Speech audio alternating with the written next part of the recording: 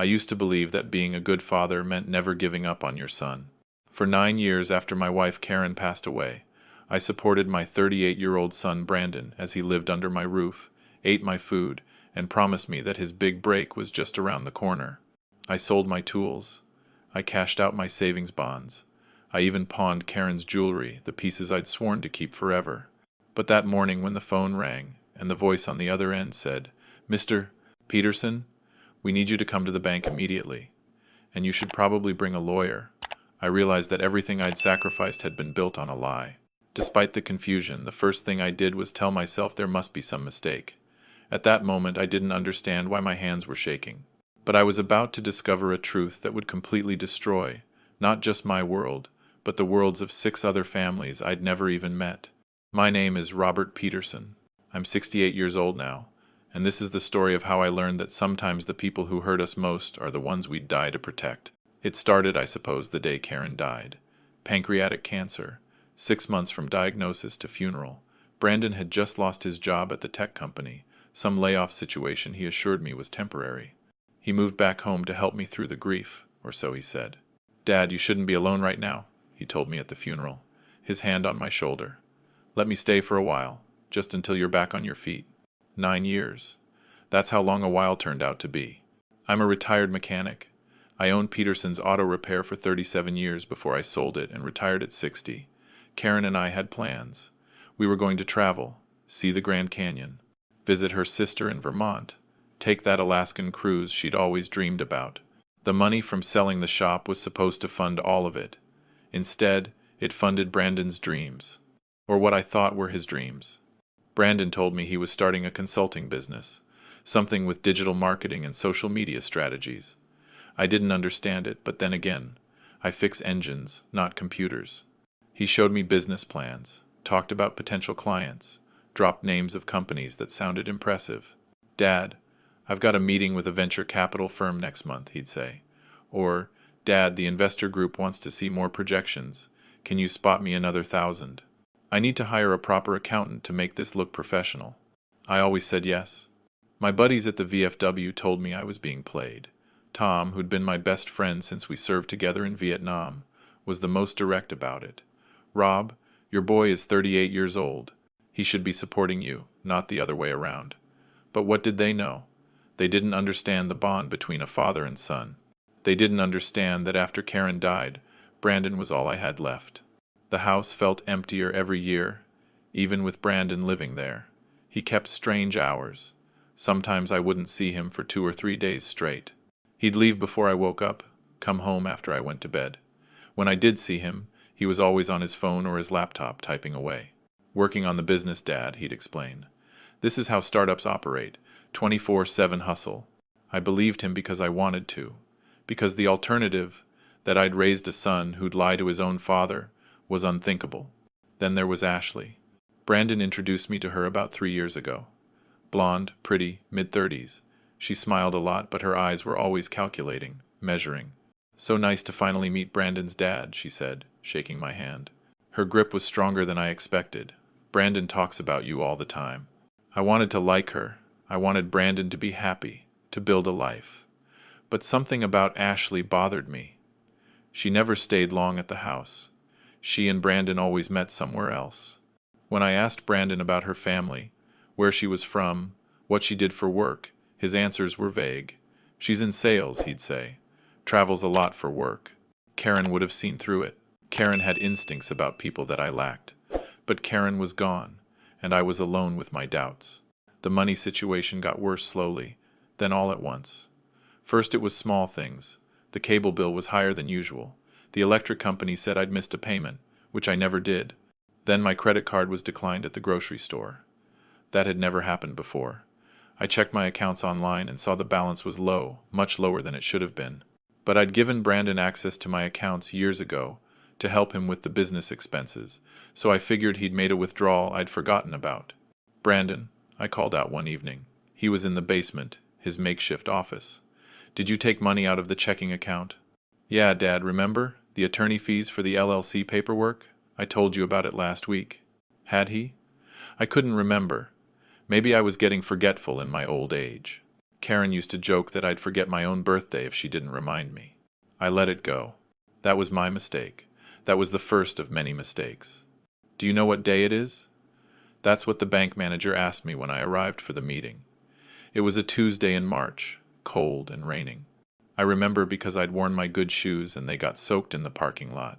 Mr. Peterson, I'm Jennifer Walsh, the branch manager. This is Scott Chen from our fraud investigation department. They sat across from me in a windowless conference room. Jennifer folded her hands on the table. Her expression was serious, almost pitying. We've detected some concerning activity on your accounts. Concerning how? I asked. Scott opened a folder and slid papers across to me. Bank statements. Highlighted in yellow were dozens of transfers. Wire transfers. Some for $2,000. Some for $5,000. Some for $10,000. They went back 3 years. The dates were random. The destinations were account numbers I didn't recognize. Do you recognize these transactions, Mr. Peterson? I stared at the numbers. The total at the bottom of the page made my stomach drop. $183,000. Gone. There must be some mistake, I said. My voice sounded far away. I didn't authorize these. We suspected as much, Jennifer said gently. Mr. Peterson, we believe someone has been forging your signature on wire transfer forms. We've compared the signatures to your actual signature on file, and while they're close, our analysis shows they're not a match. The room felt too small, too hot. Who would do that? Scott and Jennifer exchanged a glance. Mr. Peterson, Scott said carefully. According to our records, the person who initiated most of these transfers in person at this branch was your son, Brandon Peterson. He's listed as an authorized user on your accounts. The words didn't make sense. They were in English, but they might as well have been in a foreign language. Brandon needed money for his business, I said slowly. I gave him permission to access my accounts, for business expenses. Mr. Peterson, Jennifer said, and her voice was very gentle now, very soft. Did you give him permission to wire nearly $200,000 to offshore accounts in the Cayman Islands and cryptocurrency exchanges? No, I hadn't. Mr. Peterson, Scott said, I'm going to be very direct with you. You need to call the police. This isn't just unauthorized use of your accounts. This is fraud. This is forgery. And based on the amounts and the methods, this is federal wire fraud. Your son could be facing serious criminal charges. I couldn't breathe. The walls were closing in. This was my son, my boy. The kid I'd taught to ride a bike, to throw a baseball, to change a tire. The teenager who'd stayed up with me the night my father died, just sitting there in silence because he knew I needed someone present. The man who'd held my hand at Karen's funeral and promised we'd get through it together. That Brandon couldn't be the same person who'd stolen from me. There's more, Jennifer said quietly. Mr. Peterson, have you noticed any unusual charges on your credit cards? Any accounts opened in your name that you don't recognize? I hadn't checked. Why would I? I trusted Brandon. I trusted my own son. We need you to file a police report, Scott said, and we need you to do it today. The longer we wait, the harder it becomes to trace where this money went and potentially recover it. I left the bank in a daze. I sat in my truck in the parking lot for 20 minutes, staring at the rain on the windshield. Cars came and went. People went about their normal lives, and mine had just ended. When I finally drove home, Brandon's car was in the driveway. I found him in the kitchen, making a sandwich. He was humming. He looked happy. Hey, Dad, he said cheerfully. I was just about to text you. Ashley and I are going out tonight. Don't wait up. I watched him take a bite of his sandwich. I watched him check his phone, smiling at something on the screen. I watched this stranger who wore my son's face and spoke with my son's voice but had just destroyed my life. Brandon, I said, we need to talk. Something in my tone made him look up. For just a second, just the briefest flash, I saw it. Fear, calculation, the mask slipping. Then it was gone, replaced by concern. Dad, what's wrong? You look terrible. Are you feeling okay? Are you in pain? That's what I wanted to ask. Do you feel anything at all when you look at me? But I didn't ask that. Instead, I said, I was at the bank today. He went very still. The sandwich hung forgotten in his hand. They showed me some concerning transactions, I continued. My voice was surprisingly steady. Large wire transfers. Money I don't remember authorizing. Money going to accounts in the Cayman Islands. Brandon set down the sandwich slowly. When he looked at me, his expression was perfectly calibrated. Confused, worried, innocent. Dad, what are you talking about? I've only taken out what you approved, for the business expenses. You know that. $183,000, Brandon. That's how much is gone. His eyes widened. Perfect surprise. Perfect shock. If I hadn't been looking for it, I would have believed him. That's impossible. Dad, there's been some mistake. Maybe identity theft? We should call the bank back, sort this out. They said you were the one who initiated the transfers, in person, at the branch. Well, yes, but only the amounts you approved. Dad, you're not remembering right. You told me to move money around, to invest it in the business. Don't you remember? And that's when I knew. That's when I really, truly knew. Because he wasn't denying it. He was gaslighting me, making me doubt my own memory, my own reality. How long had he been doing this? How many times had he convinced me that I'd forgotten something I'd never actually agreed to? The bank says I need to call the police, I said quietly. Brandon's mask cracked. Just for a second. I saw rage flash across his face, pure and cold. Then it was gone, replaced by hurt. You're going to call the police on your own son? Dad, I can't believe you'd even consider that. After everything we've been through together? After Mom died and I stayed to take care of you? You didn't stay to take care of me, I thought. You stayed because I was easy money. But I didn't say it out loud. Not yet. Because I needed to know the truth. All of it. I'm going to make some calls, I said. We'll figure this out. Brandon nodded, his face a mask of wounded dignity. Sure, Dad. Whatever you need. I just want to get to the bottom of this, too. He left the house 20 minutes later. He didn't come back that night. I called the police. A Detective Martinez came to my house the next morning. He was younger than I expected, maybe 40, with tired eyes that had seen too much. He listened to my story without interrupting. He looked at the bank statements I'd gotten copies of. He made notes. Mr. Peterson, he said finally, I'm going to be honest with you. These cases are complicated, especially when it's family. The DA is going to want to know that you're willing to press charges, that you're willing to testify if it goes to trial. Can you do that? Could I send my own son to prison? I need to know the truth first, I said. I need to know if this is really what it looks like. Detective Martinez nodded. I understand. Let me do some digging. In the meantime, I need you to not confront your son again. Don't let him know we're investigating. Can you do that? Brandon didn't come home for 3 days. When he finally showed up, he acted like nothing had happened. Hey, Dad. Sorry I've been busy. The business stuff is really heating up. I played along. I pretended to believe him. It was the hardest thing I'd ever done. Detective Martinez called me a week later. Mr. Peterson, can you come down to the station? There are some things you need to see. The conference room at the police station smelled like old coffee and desperation. Detective Martinez had set up a laptop on the table. Next to it were stacks of printed documents. Before I show you this, Martinez said, I need you to prepare yourself. What we found is worse than the bank fraud. How could it be worse? Your son, Brandon, Martinez continued, has been running romance scams.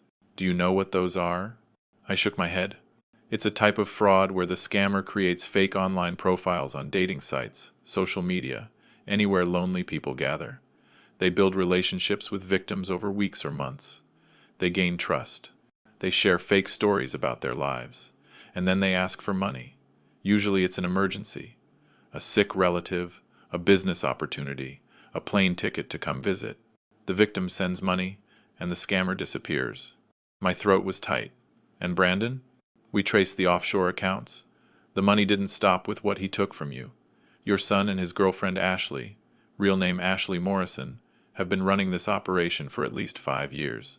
We've identified 7 victims so far. Maybe more. 7 victims. Martinez turned the laptop toward me. On the screen were dating profiles. A man named Jason, who was a doctor working overseas. A woman named Emma, who was a nurse. A businessman named David. All of them used stock photos. All of them had elaborate backstories. All of them were fake. These are the profiles we've confirmed your son operated, Martinez said. He's been catfishing vulnerable people, mostly older adults, mostly widows and widowers. People like you, Mr. Peterson. People who recently lost someone and are looking for connection. I thought I was going to be sick. The total amount stolen from all victims is approximately $450,000 that we know of. $450,000. 7 families. We've also discovered that Brandon filed fraudulent tax returns using your Social Security number and the Social Security numbers of 3 other victims. He opened credit cards in your name. He took out a personal loan using your information. Mr. Peterson, your credit is destroyed. Your identity has been thoroughly compromised. I couldn't speak. I could barely think.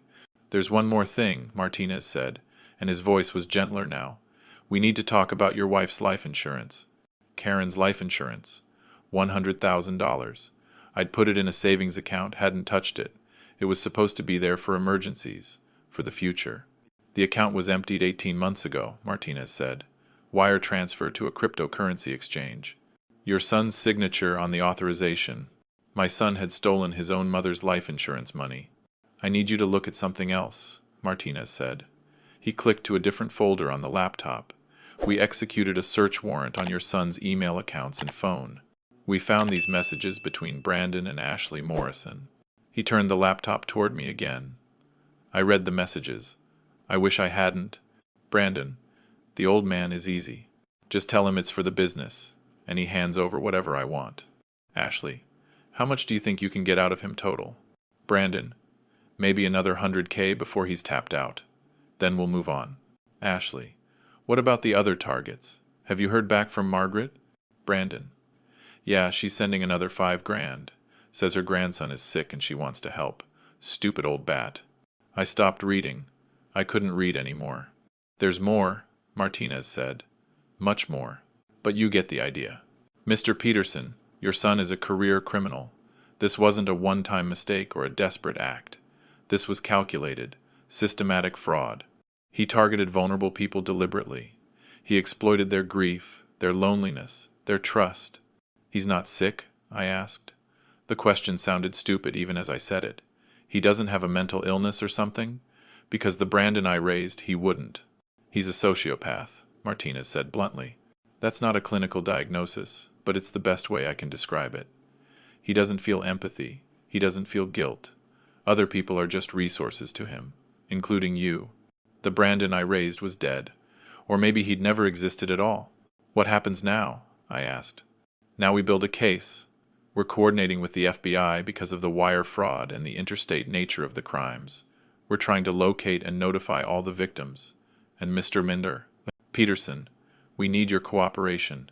We need you to testify about what he did to you. We need your bank records, your conversations, everything you can provide. He's my son, I said. The words felt hollow. I know, Martinez said, and that makes this almost impossible. But Mr. Peterson, if you don't help us, he'll do this to someone else. He'll find another lonely father, another grieving widow, another trusting person, and he'll destroy them the way he destroyed you. I thought about the other victims, the 7 families whose names I didn't know yet, but whose pain I could imagine all too well. Okay, I said, tell me what you need. The next 3 months were the worst of my life. Worse than Karen's death, because at least then I was mourning someone I'd actually known. Now I was mourning a ghost. Brandon was arrested at Ashley's apartment. They'd been planning to leave the country. Plane tickets to Thailand, one way, booked for the following week. Detective Martinez said they'd probably been moving money overseas for months, getting ready to disappear. The media got hold of the story. Local news ran segments about the romance scam ring. My neighbors found out. My friends at the VFW found out. Everyone knew that Robert Peterson's son was a con artist, and that Robert Peterson himself had been one of the victims. Some people were kind, some people weren't. I heard the whispers. How could he not know? What kind of father raises a kid like that? He must have enabled it somehow. Maybe I did. Maybe by loving him unconditionally, by never saying no, by always believing the best in him, I'd created a monster. Or maybe Brandon was always going to be this way, and nothing I did or didn't do would have changed it. The other victims started reaching out. Detective Martinez gave them my contact information, with my permission. They wanted to talk to someone who understood. Someone who'd been through the same thing. Margaret was 72. Brandon had catfished her pretending to be a businessman named David who was working on an oil rig overseas. Over 8 months, she'd sent him $35,000. Money she'd saved from her nursing career. money that was supposed to pay for her daughter's wedding. James was 65, widowed 3 years. Brandon had pretended to be a woman named Emma, a traveling nurse. James had sent her $22,000 before he finally got suspicious and tried to video chat. That's when Emma disappeared. Linda was 70, a retired teacher. She'd been talking to Jason, supposedly a doctor working with Doctors Without Borders. She'd sent him $48,000, including money she'd saved for her grandson's college fund. And there were more, so many more. Each story was a variation on the same theme: loneliness, trust, betrayal. We formed a support group, 7 of us, all of Brandon's victims, meeting once a week at a church basement. At first, we just shared our stories, our pain, our shame. But gradually, it became something else. It became anger. It became determination. It became justice. "We're going to make sure he pays," Margaret said one evening. She was knitting, her hands moving with practiced precision. "Not just him. That girlfriend, too. They're going to prison, and they're going to know that we're not just marks. We're people. We matter." The trial was set for October. 6 months after Brandon's arrest. 6 months of discovery, depositions, legal maneuvering. The prosecutor, a sharp woman named Andrea Chen, was confident. "We have everything," she told me. "The emails, the bank records, the victim testimony. This is as close to a slam-dunk case as it gets." But there was a complication. Brandon's lawyer wanted him to take a plea deal. 7 years in federal prison. Ashley would get 5. They'd both have to pay restitution, though the prosecutor admitted we'd probably never see most of the money back. "It's up to you," Andrea said. "All of you. If you want to avoid trial, this is the deal. But if you want your day in court, if you want to look him in the eye and tell him what he did to you, we can reject it and proceed." We met as a group to discuss it. 7 victims, 7 voices, 7 votes. "I want him to hear what he did to me," Linda said. "I want him to know that he stole my grandson's future." "I want everyone to know what he is," James said. "I want it on record, public record. What kind of person preys on widows and widowers?" Margaret looked at me. "Robert, you're his father. What do you want?" What did I want? I wanted my son back. I wanted the boy who'd built model airplanes with me on Saturday mornings. I wanted the teenager who'd proudly shown me his first paycheck. I wanted the man I'd thought Brandon was, not the monster he actually became. But that person didn't exist. Maybe he never had. "I want the truth," I said. "I want everyone to know the truth. No deals. We go to trial." The courtroom was smaller than I expected. Brandon sat at the defense table in a suit I recognized. I'd bought it for him 2 years ago, for a big meeting with investors that probably never happened. Ashley sat next to him, looking younger and more vulnerable than I'd remembered. It was an act. I knew that now. The prosecutor called us one by one. Margaret testified about how David had convinced her that he loved her, that he wanted to build a life with her, that he just needed a little help to finish his contract on the oil rig. James testified about Emma, how she'd understood his grief over his wife, how she'd seemed like a second chance at love. Linda testified about Jason, the doctor who was saving lives overseas and just needed some assistance with visa fees and medical licensing. And then it was my turn. I walked to the witness stand. I placed my hand on the Bible. I swore to tell the truth, and I looked at my son. He was staring at the table. He wouldn't look at me. "Mr. Peterson," the prosecutor said, "can you describe your relationship with the defendant?" "He's my son," I said. My voice cracked. "Brandon is my son. And can you tell the jury about the events that led to your being here today?" I told them everything. The 9 years of support, the business that never existed, the money that disappeared, the lies upon lies upon lies, the bank manager's call, the discovery of the fraud. "Did you give your son permission to take $183,000 from your accounts?" the prosecutor asked. "No," I said. "I gave him permission to use my accounts for business expenses.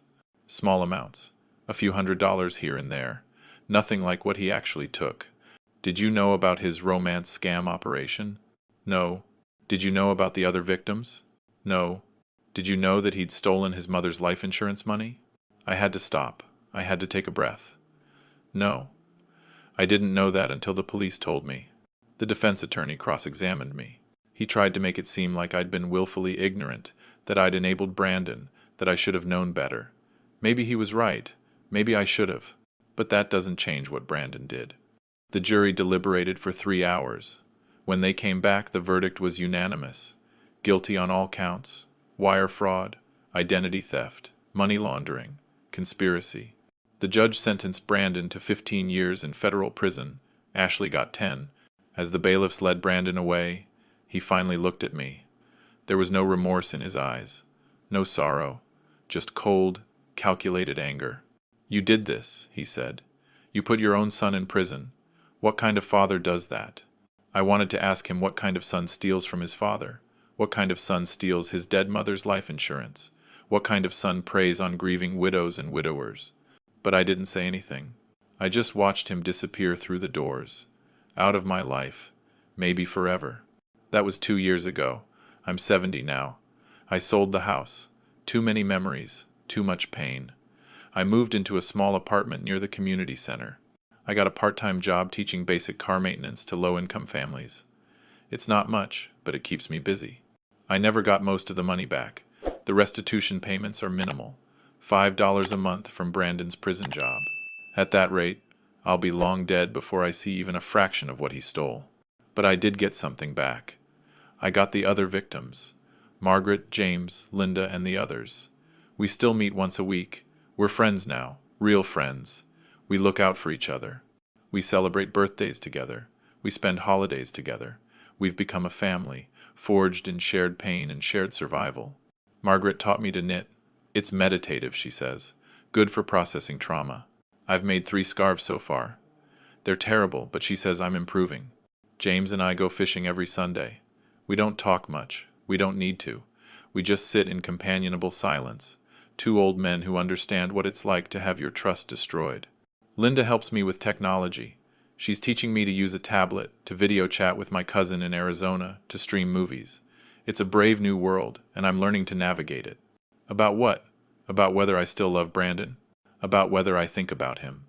About whether I regret turning him in. The answer is yes to all of it. I still love him. How could I not? You can't just turn off 38 years of being a father. I think about him every day. I wonder if he's okay in prison. I wonder if he thinks about what he did. I wonder if there's any part of the boy I raised still in there somewhere. And the regret?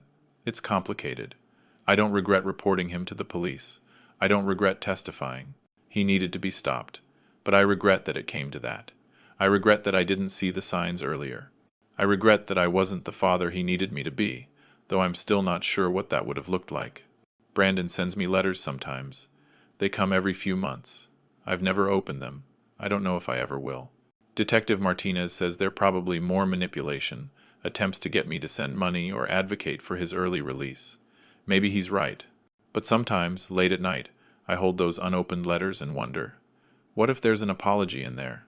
What if he's finally understood what he did? What if my son, my real son, is trying to reach out from wherever he's been buried under that monster's exterior? I don't open them, though, because I learned the hard way that hoping for something that isn't real will destroy you.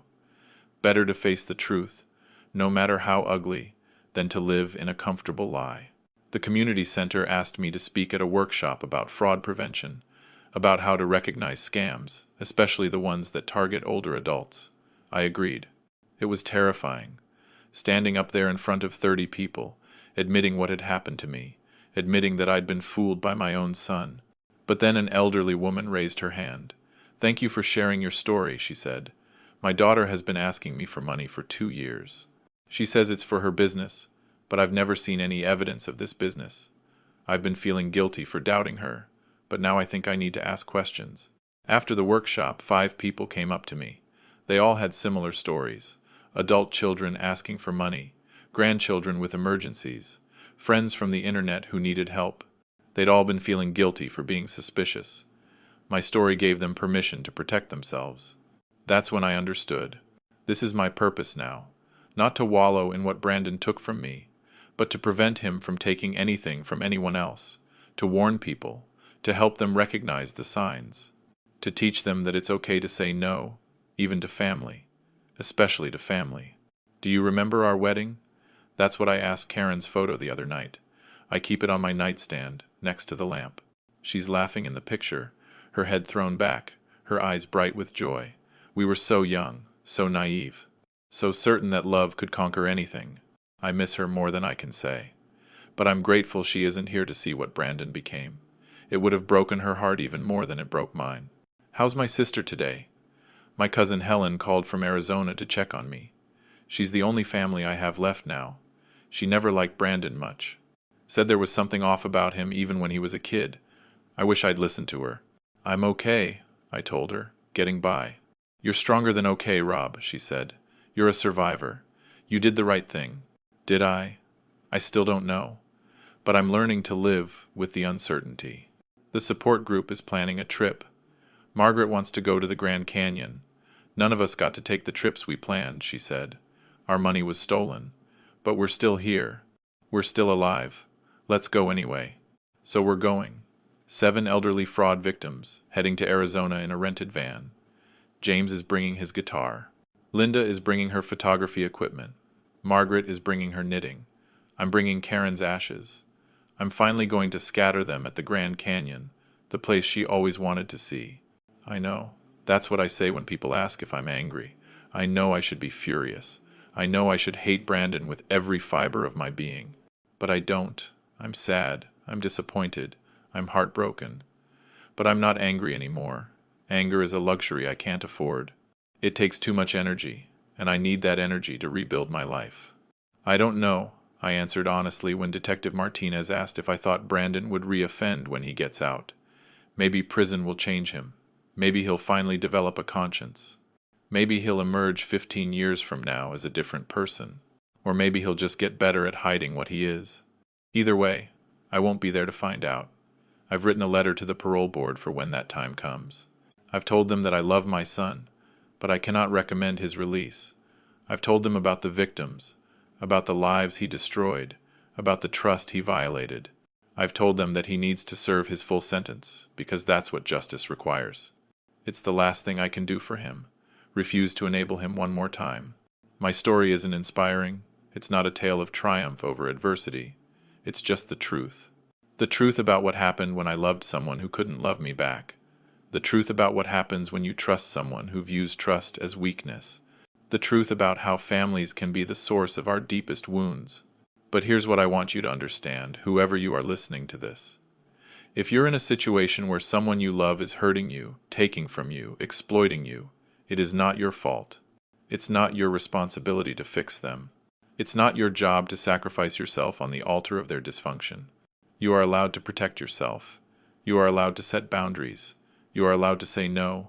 You are allowed to walk away. Even if they're family. Especially if they're family. I learned that the hard way. At 68 years old, I learned that sometimes love means letting go. Sometimes love means saying enough. Sometimes love means choosing yourself over the person who's destroying you. It's a hard lesson. The hardest I've ever learned. But I'm here. I'm 70 years old. I'm broke. I'm living in a tiny apartment. I'm estranged from my only child. And I'm okay. Not happy. Not healed. But okay. And sometimes, okay is enough. If you enjoyed this story, please hit the like button and subscribe to Edward's Revenge Stories. Share your thoughts in the comments. Have you ever been betrayed by someone you trusted? How did you recover? What wisdom can you share? And if you're going through something similar, please know this. You are not alone. There are support groups. There are resources. There are people who understand. Reach out. Ask for help. You deserve better than to be someone else's mark, even if that someone is your own family. Thank you for listening.